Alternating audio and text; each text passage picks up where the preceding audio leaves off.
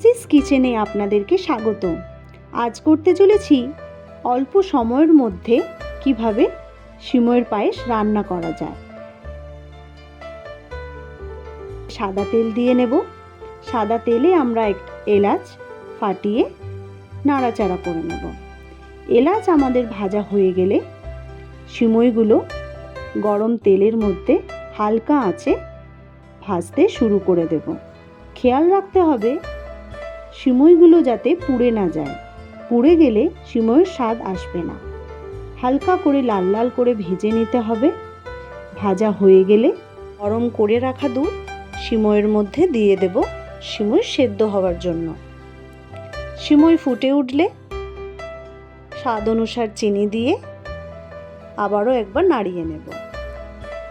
চিনি দেওয়ার পর 1 চামচ ঘি দিয়ে নেব। তাতে সিমইয়ের মধ্যে একটা সুন্দর ফ্লেভার আসবে। এতে সিমইটা দারুণ টেস্টি লাগবে এবং সুস্বাদুও হবে। আর এইভাবেই আমাদের একটি সুস্বাদু সিমইয়ের পায়েস রেডি।